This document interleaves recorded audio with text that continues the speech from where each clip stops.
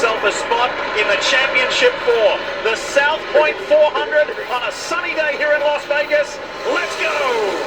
Good start, Denny Hamlin from the pole position, and he's got two of his teammates right behind. Organization up front, three Joe Gibbs racing cars, first, second, third. Will they play nicely? They do. They stay in line to try to get the momentum. This corner easily wide open on restarts. It's all about who can push down the backstretch. Briscoe looks for that inside run. Chase Briscoe. He believes that he can go all the way, not only just to the Championship 4. He said, if you can get us to Phoenix, we can win the whole thing. I said, push. Briscoe scoffed at my suggestion of pushing a teammate. He pulls right out and goes by the 19. Very impressive. See that little bit of bottoming out of the back of the 20? That's the rougher end down there in 1 and 2. Cars will deal with that, hitting the racetrack.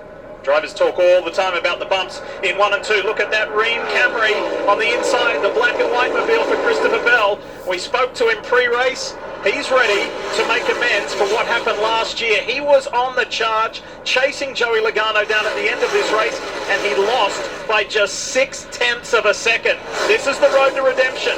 He wants that win. He's never won in trucks, in Xfinity, or Cup here at Las Vegas Motor Speedway. Bell, you heard the excitement on the radio and talked about multiple lines. What perhaps he didn't mention, but I will, is just the raw speed. We saw practice, but that's very single file. When you put him out here 2x2 as Byron with a power move around the outside of the 20. The speed really shows up at this racetrack. Two JGR teammates, two Hendrick Motorsports teammate. Here's a different look for Kyle Larson, that black and gold Zach Brown band car. Yeah, coming to the Sphere this winter. Just another amazing attraction out here in Las Vegas, or something for everybody. I love this look. 3 and 4, smoother end on the front bumper. The Hunt Brothers pizza on board of Joey Logano. Let's listen to the throttle and just how much throttle he uses. It's unbelievable. Now the battle for third is heated up between teammates. Chase Elliott, William Byron.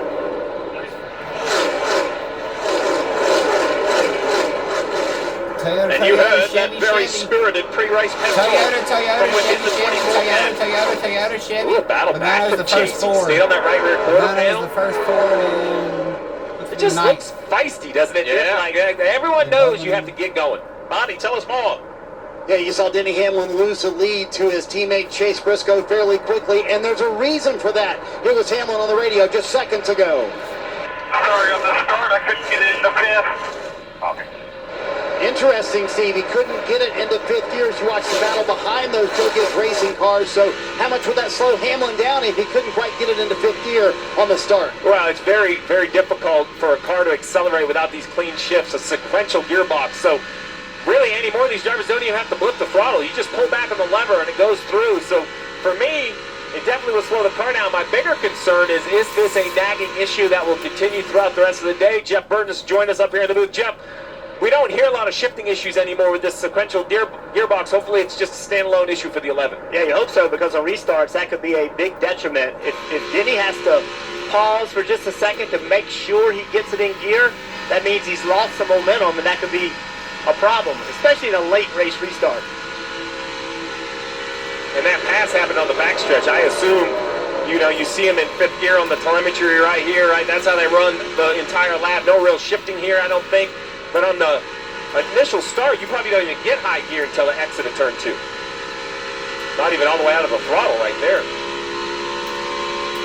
Denny Hamlin is in a club of one as far as the NASCAR Cup Series playoffs. This is his 19th appearance in the NASCAR Cup Series playoffs. Is this going to be the time, his time, the year, where he goes to the Championship 4 and finally becomes a Cup Series champion? Well, he started today's race as the number 1 seed in this, the first race in the round of 8.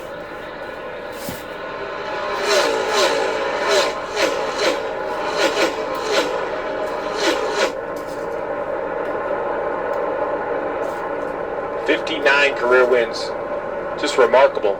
I know he's always set 60 as his goal, and I believe he's going to have to see 60 to answer your question, Div, right? If you want to make the Championship 4 and believe you're going to leave this year as a champion, you're going to have to win either in this round or that championship race. Let's talk more Hamlin with Marty. Yeah, Lee, the one thing is for sure, you cannot question Denny Hamlin's attitude or his effort here at the round of 8. In fact, this week they did 7 hours of collective sim for an oval. Denny Hamlin never does that much sim for an oval. And Chris Gale was a little surprised because before the first sim session, Denny showed up with a list of 20 questions about things of how they can improve. And then at the end of it, he asked Gale, what can I do? How can I be better to help us as a race team?